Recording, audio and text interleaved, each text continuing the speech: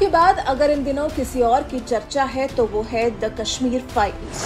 विवेक अग्निहोत्री की बनाई film the Kashmir files ने हर किसी की रूह कंपा दी है। जिस किसी ने भी 1990 में कश्मीरी पंडितों के साथ हुई इस बर्बरता को देखा है, वो उस मंजर को महसूस कर पा रहा है और सिहर उठा है। सिनेमा घरों से लोग द कश्मीर फाइल्स देखने के बाद रोते हुए बाहर आ रहे हैं। शायद कश्मीरी पंडितों के साथ हुई ज्यादती को विवेक अग्निहोत्री ने हूबहू पर्दे पर उतार दिया है। तभी तो कश्मीरी पंडितों के घाव तो हरे हुए ही हैं। साथ ही एक उम्मीद भी जगी है कि जिस कश्मीरी पंडितों के नरसंहार के बारे में लोग बात नहीं करना चाहते थे, वो नरसंहार विवेक अग्निहोत्री ने पर्दे पर उतारा तो इसकी चर्चा होने लगी है। चर्चा हो रही है तो क्या पता अब इंसाफ भी मिल जाए। नरसंहार के वक्त कश्मीर में हर एक पंडित परिवार की जुल्म सहने की एक अलग कहानी है। हर कश्मीरी पंडित ने एक अलग क्रूरता को सहन किया है। अब जैसे फिल्म में दर्शकों को बालकृष्ण बीके गंजू की कहानी दिखाई गई है। बीके गंजू वही जिसकी हत्या की कहानी को देख सिनेमा घरों में मौजूद लोग अपने आंसू नहीं रोक पा रहे हैं। फिल्म में अनुपम खेर ने गंजू के पिता का किरदार निभाया है।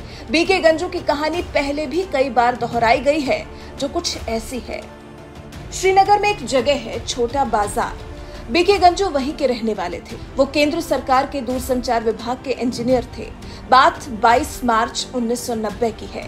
कर्फ्यू में ढील दी गई थी। बीके गंजू घर वापस लौट रहे थे। वो आतंकियों की नजरों में आ गए थे। ये आतंकी गंजू का पीछा करते हैं। जब गंजू को इस बात का एहसास हो जाता है तो घर में घुसते ही बीके गंजू घर का ताला लगा देते हैं।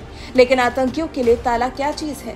ताला तोड़कर आतंकी घर में घुस जाते हैं। इस बीच बीके गंजू घर की तीसरी मंजिल में एक चावल के ड्रम के अंदर छिप जाते हैं। आतंकी गंजू को घर के अंदर ढूंढते हैं। जब वो नहीं मिलते तो लौटने लगते हैं। तभी बीके गंजू का पड़ोसी बता देता है कि चावल के ड्रम के अंदर छिपे हुए हैं। इसके बाद आतंकी ड्रम के अंदर ही बीके गंजू की हत्या कर देते हैं। कंटेनर के अंदर ही बीके गंजू को गोली मार दी जाती है। इसके बाद वो गंजू के खून से सने चावल उनकी पत्नी को खिलाते हैं। इस कहानी को जिस किसी ने भी द कश्मीर फाइल्स के जरिए पर्दे पर देखा, मन में उसके यही था कि कैसे कोई इतना निर्दयी हो सकता है।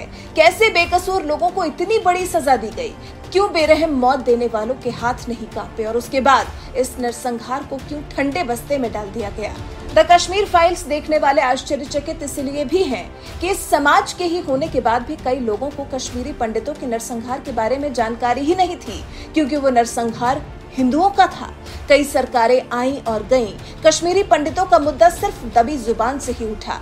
विवेक अग्निहोत्री ने तो मानो अपनी फिल्म के जरिए सबकी आंखें खोल दी हैं। 2019 में जानी मानी स्तंभकार सुनंदा वशिष्ठ ने जम्मू कश्मीर पर अमेरिकी संसद में जमकर अपनी आवाज बुलंद की थी। उन्होंने बीके गंजू की घटना का भी जिक्र किया था। तब सुनंदा वशिष्ठ ने कहा था, बीके गंजू जैसे लोगों को पड़ोसियों पर भरोसा करने के बदले में सिर्फ धोखा मिला। Her faith. I am her voice today. I am also the voice of young Kashmiri Hindu engineer who was hunted by terrorists, again for his faith. When terrorists came to kill him, he hid inside a rice container in his attic, and he would have been alive today had his location not been disclosed to the terrorists by his own neighbors. His neighbors he trusted, neighbors that we trusted. The terrorists shot him through the container and forced his wife to eat the blood-soaked rice. His name was BK Ganju. His crime, his faith. I speak for him today. I could go on and on. We have seen ISIS level of horror and brutality in Kashmir. 30 years. Swaraj के सलाहकार, संपादक और स्तंभकार आनंद रंगनाथन ने सुनंदा वशिष्ठ के इस video को साझा किया है। उन्होंने लिखा है, बीके गंजू के लिए आतंकी आए। वो चावल के बैरल के अंदर छिप गया। उसके मुस्लिम पड़ोसी ने इसकी जानकारी दी। गंजू की गोली मारकर हत्या कर दी गई। खून से सने चावल उसकी पत्नी को खिलाए गए।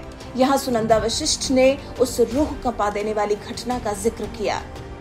यह है कश्मीरी पंडितों के साथ हुई जुल्म की दास्तान। ये है असलियत। शायद अगर विवेक अग्निहोत्री ये फिल्म न बनाते तो आप या हम इस असलियत से कभी रूबरू नहीं हो पाते।